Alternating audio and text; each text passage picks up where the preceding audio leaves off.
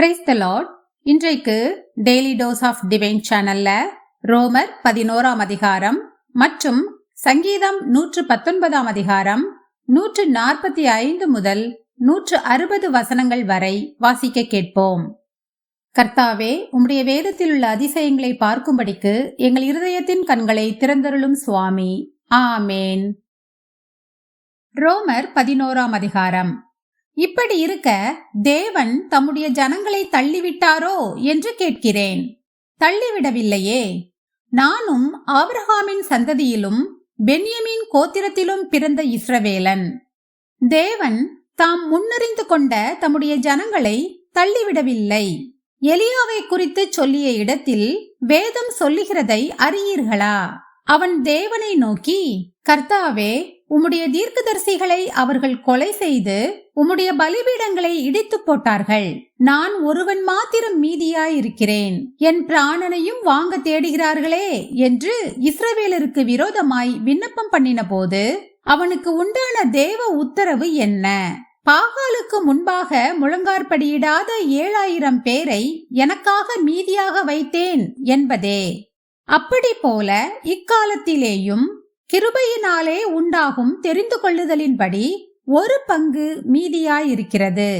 அது கிருபையினாலே உண்டாயிருந்தால் கிரியைகளினாலே உண்டாயிராது. அப்படியல்லவென்றால் கிருபையானது கிருபையல்லவே.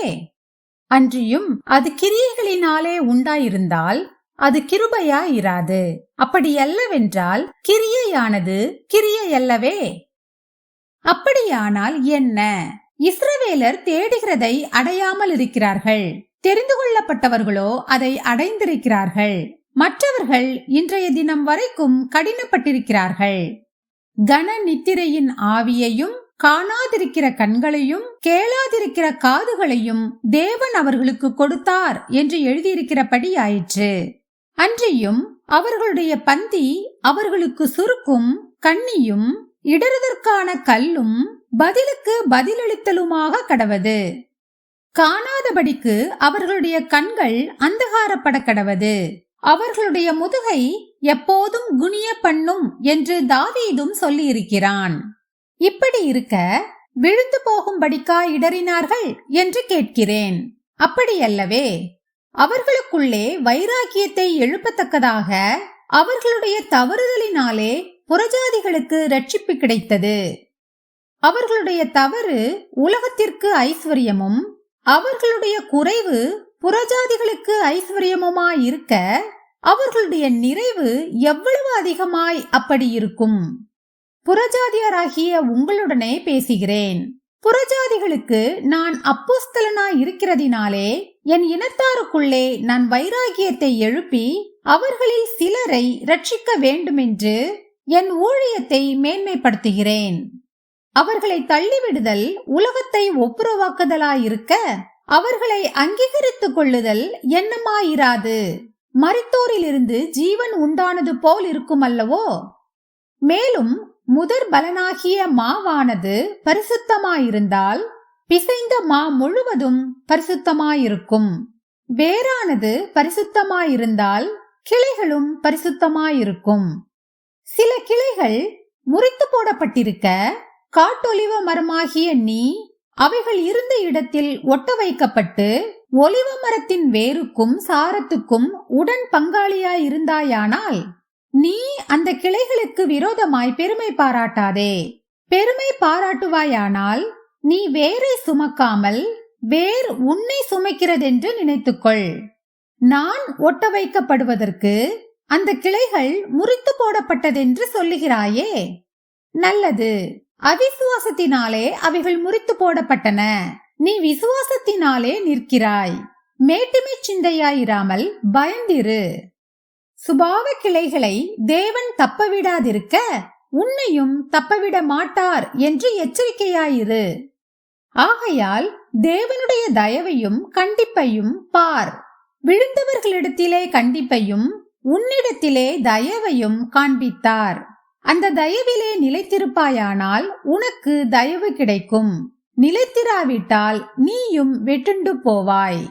அன்றியும் அவர்கள் அவிசுவாசத்திலே நிலைத்திராதிருந்தால் அவர்களும் ஒட்ட வைக்கப்படுவார்கள். அவர்களை மறுபடியும் ஒட்ட வைக்கிறதற்கு தேவன் வல்லவராயிருக்கிறாரே.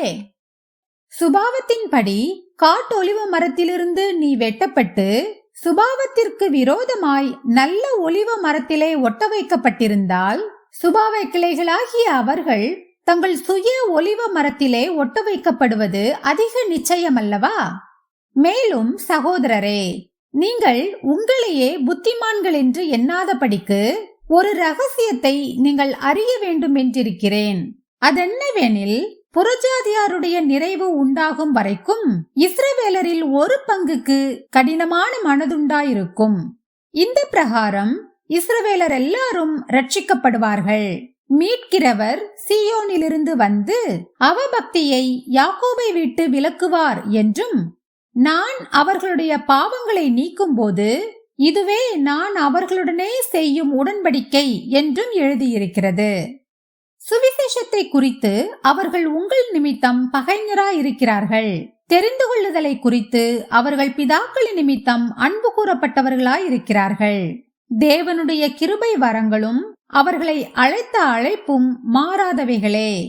ஆதலால் நீங்கள் முற்காலத்திலே தேவனுக்கு கீழ்ப்படியாதிருந்து இப்பொழுது அவர்களுடைய கீழ்ப்படியாமையினாலே இரக்கம் பெற்றிருக்கிறது போல அவர்களும் இப்பொழுது கீழ்ப்படியாமல் இருந்தும் பின்பு உங்களுக்கு கிடைத்த இரக்கத்தினாலே இரக்கம் பெறுவார்கள். எல்லார் மேலும் இரக்கமாயிருக்கத்தக்கதாக தேவன் எல்லாரையும் கீழ்ப்படியாமைக்குள்ளே அடைத்து போட்டார். தேவனுடைய ஐஸ்வர்யம், ஞானம், அறிவு என்பவைகளின் ஆழம் எவ்வளவா இருக்கிறது! அவருடைய நியாய தீர்ப்புகள் அளவிடப்படாதவைகள், அவருடைய வழிகள் ஆராயப்படாதவைகள். கர்த்தருடைய சிந்தையை அறிந்தவன் யார்? அவருக்கு ஆலோசனைக்காரனாயிருந்தவன் யார்? தனக்கு பதில் கிடைக்கும்படிக்கு முந்தி அவருக்கு ஒன்றை கொடுத்தவன் யார்? சகலமும் அவராலும் அவர் மூலமாயும் அவருக்காகவும் இருக்கிறது. அவருக்கே என்றென்றைக்கும் மகிமையுண்டாவதாக. ஆமேன். சங்கீதம் 119 அதிகாரம் 145 முதல் 160 வசனங்கள் வரை. முழு இருதயத்தோடும் கூப்பிட்டேன், கர்த்தாவே என் ஜெபத்தை கேளும். உம்முடைய பிரமாணங்களை கைக்கொள்ளுவேன். உம்மை நோக்கி கூப்பிட்டேன், என்னை ரட்சியும். அப்பொழுது நான் உம்முடைய சாட்சிகளை காத்துக்கொள்ளுவேன். அதிகாலையில் நான் எழுந்து சத்தமிட்டேன், உம்முடைய வசனத்துக்கு காத்திருக்கிறேன்.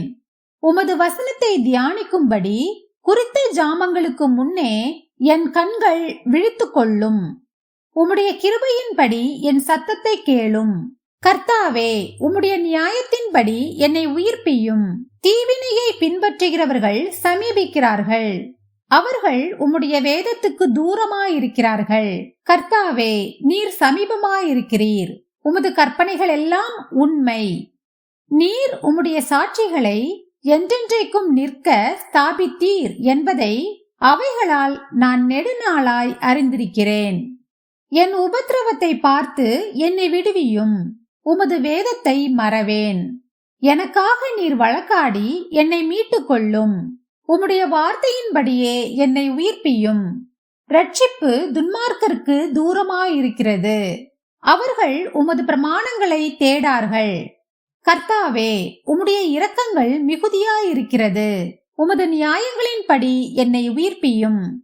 என்னை துன்பப்படுத்துகிறவர்களும் என்னை விரோதிக்கிறவர்களும் அநேகர். ஆனாலும் உம்முடைய சாட்சிகளை விட்டு விலகேன். உமது வசனத்தை காத்துக்கொள்ளாத துரோகிகளை நான் கண்டபோது எனக்கு அருவருப்பாயிருந்தது. இதோ, உம்முடைய கட்டளைகளை நேசிக்கிறேன். கர்த்தாவே, உமது கிருபையின்படி என்னை உயிர்ப்பியும். உம்முடைய வசனம் சமூலமும் சத்தியம். உம்முடைய நீதி நியாயமெல்லாம் நித்தியம். ஆமேன். நாம் ஜெபிப்போம். அன்பின் பரலோக பிதாவே, இந்த அருமையான காலை வேளையை தந்ததற்காக உமக்கு கோடானு கொடி நன்றி ஏசப்பா. நீர் எங்களுக்கு அருளி செய்த எல்லாவித நன்மைகளுக்காகவும் உமக்கு ஸ்தோத்திரம் ஆண்டவரே. எங்கள் மேல் நீர் அன்பாயிருக்கிற உம்முடைய தயவிற்காக, உம்முடைய அன்பிற்காக உமக்கு நன்றி ஏசப்பா. இந்த நாளையும் உம்முடைய கரத்திலே ஒப்பு கொடுத்து விடுகிறோம். இந்த நாள் முழுவதிலும் நீர் எங்களோட கூட இருந்து எங்களை வழி நடத்துங்க, ஆசீர்வதிங்க. இயேசு கிறிஸ்துவின் மூலமாக ஜெபம் கேளும் எங்கள் ஜீவனுள்ள நல்ல பிதாவே, ஆமேன்.